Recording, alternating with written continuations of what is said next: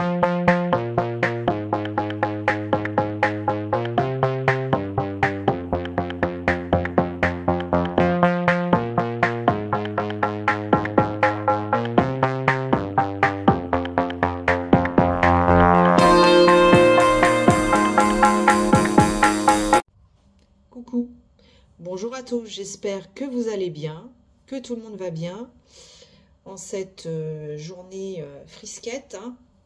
Enfin ça dépend des régions, mais moi personnellement je suis en train de me cailler, grave, pour employer une expression familière, mais vraiment. Bref, c'est pas le sujet. Je voulais revenir, alors vraiment de façon succincte, hein, sur l'affaire de la disparition de la jeune Lina. Tout a été dit concernant cette disparition, hein. Les témoignages, la personnalité de Lina, la personnalité de Tao, la personnalité de la mère de Lina, la personnalité de la mère de Tao, bref. Voilà. L'enquête, pour l'instant, depuis une bonne semaine, est très verrouillée. Plus aucune infiltration, plus aucune information ne filtre à travers les médias, et c'est très bien pour préserver le secret de l'instruction.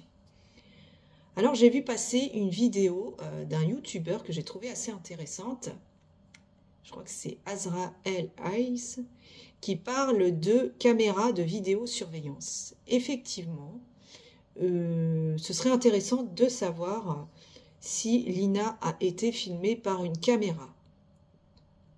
Donc en 2023, on est vraiment à l'ère des technologies, hein, les bornages de téléphone. Donc, à l'heure actuelle, le portable de Tao est en cours d'examen par les enquêteurs sans qu'on sache si ça a révélé quelque chose d'intéressant ou pas. Ça, c'est top secret pour le moment.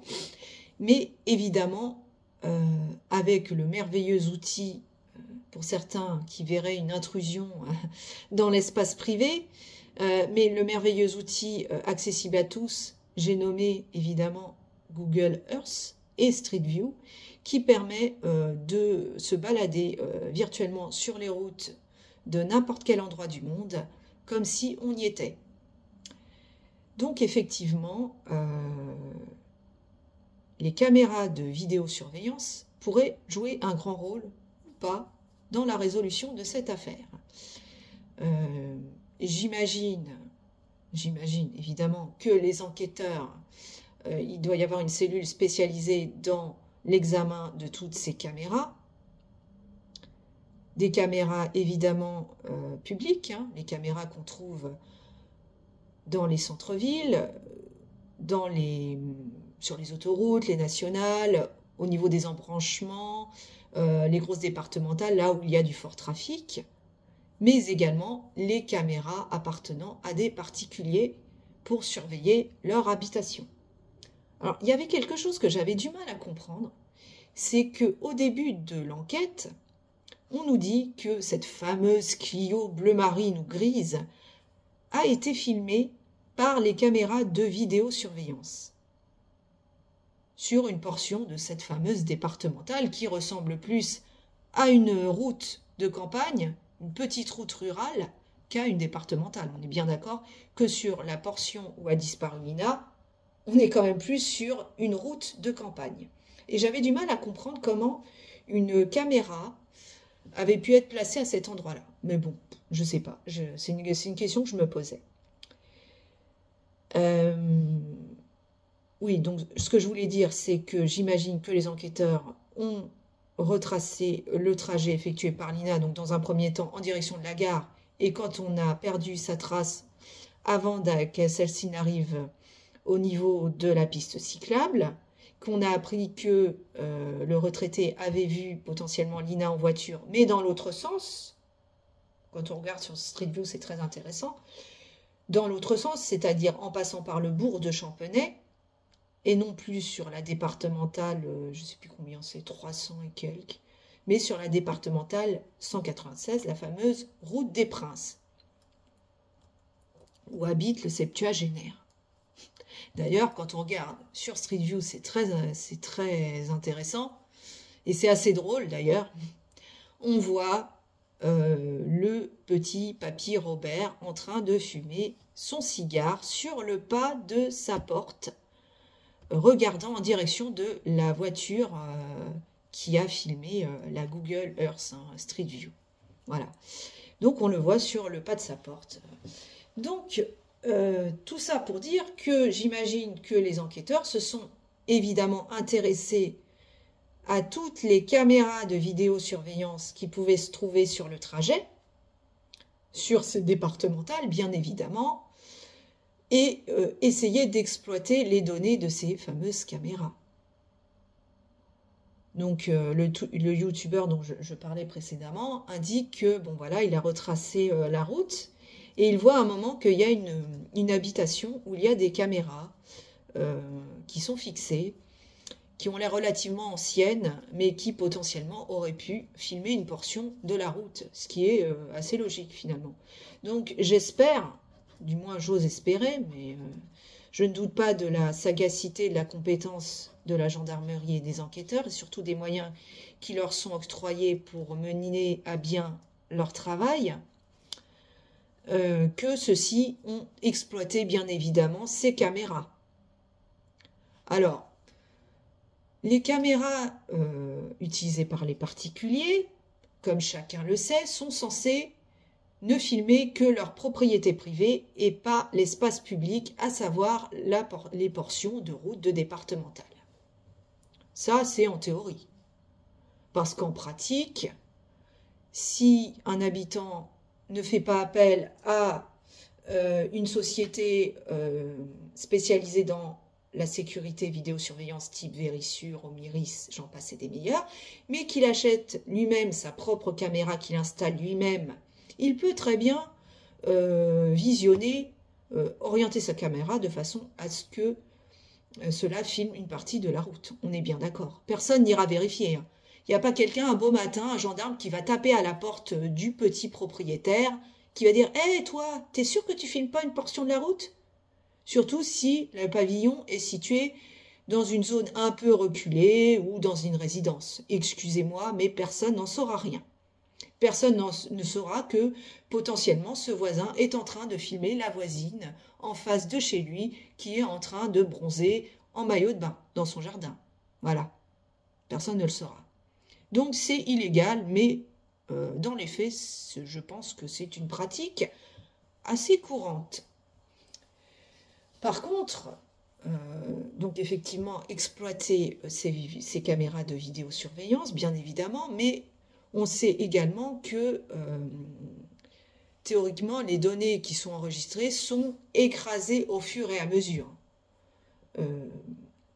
Les caméras utilisées par les particuliers, voilà, à moins d'enregistrer les vidéos, certains passages de vidéos sur le cloud, mais sinon, les données qui sont enregistrées sont écrasées au fur et à mesure.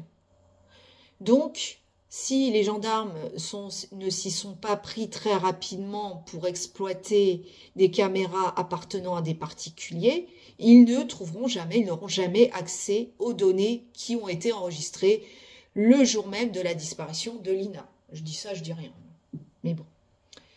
Sachant qu'évidemment, certaines caméras qui apparaissent sur les façades des habitations sont des caméras factices.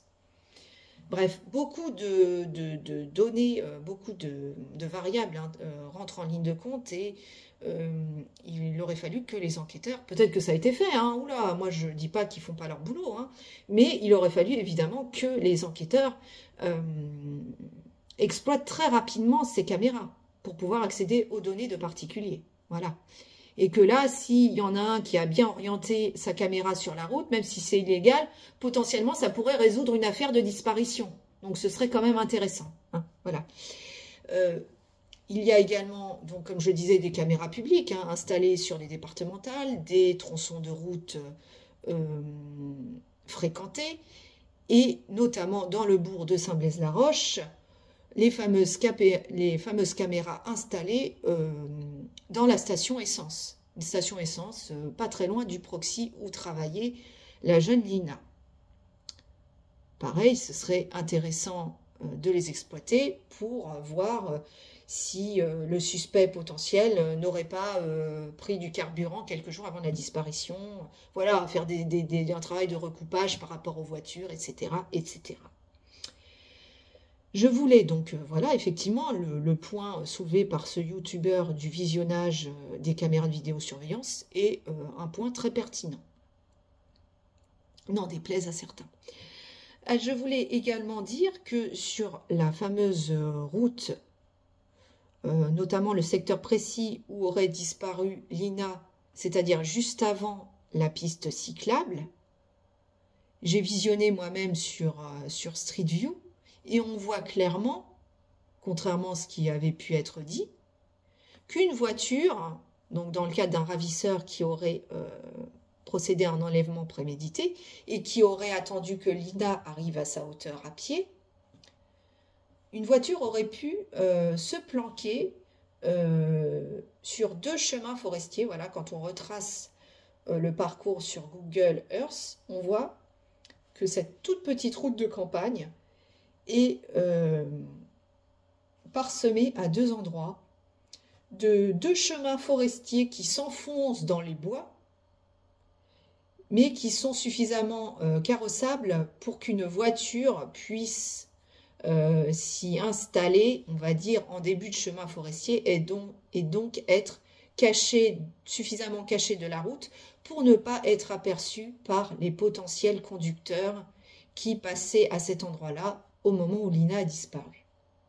Donc voilà, des deux entrées de chemin forestier qui, selon moi, pourraient être un peu la cache idéale pour une voiture qui souhaiterait se mettre en embuscade. Voilà. Donc voilà en substance ce que je voulais dire s'agissant de la disparition de Lina. J'ai vu également, j'ai trouvé ça assez intéressant. Pas intéressant, mais j'ai remarqué que, donc voilà, si on en croit le témoignage de Robert, le septuagénaire qui aurait aperçu Lina en voiture, et qui décrit donc un homme âgé entre 20 et 40 ans, portant des lunettes, une barbichette, une casquette et des pattes assez épaisses.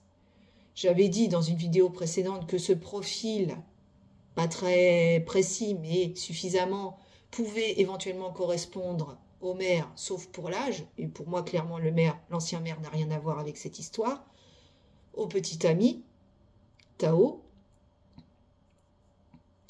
et au père de Lina.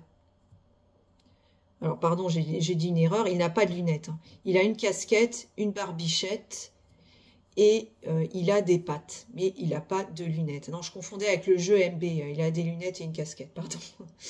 Donc voilà, il pouvait correspondre à ces 3 personnes, même si clairement le père et l'ancien maire, pour moi, sont à exclure totalement de cette affaire. Même si c'est assez troublant quand même que l'ancien maire croise Lina seulement quelques minutes avant sa disparition et surtout que son portable cesse d'émettre, ce qui pencherait en la faveur d'un tiers ravisseur qui serait planqué en embuscade à l'entrée d'un chemin forestier. Mais ce portrait physique correspond également, alors j'ai vu passer une photo, c'était au tout début de l'enquête, à un jeune homme qui est un ami de Lina, qui s'appelle Evan, qui fait partie du cercle amical de Lina, qui est décrit donc comme un ami de Lina qui a participé au battu et qui est assez proche.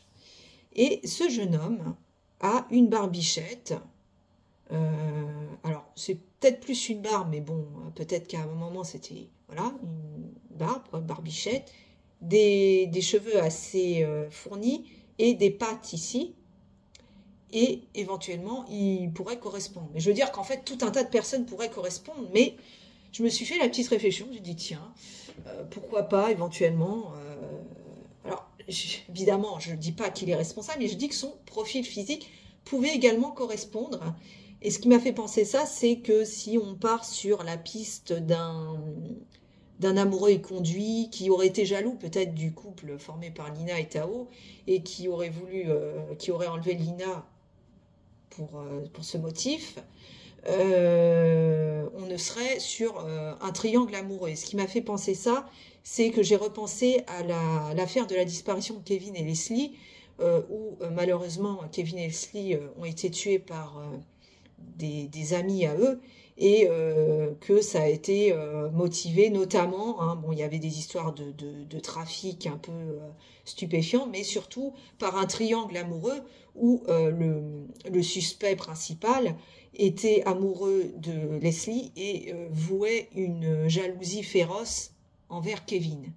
Donc, est-ce qu'il n'y aurait pas une histoire de triangle amoureux, de petit ami éconduit, ou d'amoureux qui ne se seraient pas vraiment déclarés, mais qui auraient pété un câble?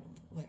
C'était une piste, hein, que j'évoquais comme ça, même si pour moi, dans tous les cas, je pense qu'il s'agit d'un enlèvement prémédité, hein, prémédité à l'avance par quelqu'un que connaissait Lina. Voilà ce que je voulais dire s'agissant de cette affaire de disparition. Eh bien écoutez, pareil, hein, n'hésitez pas à me laisser vos commentaires, hein, vos suggestions, vos raisonnements. Et bah voilà, lâchez un petit pouce bleu si ça vous a plu, commentez, partagez, abonnez-vous, ça fait toujours plaisir. Et quant à moi, je vous dis à une prochaine fois pour une nouvelle vidéo. Voilà, affaire à suivre.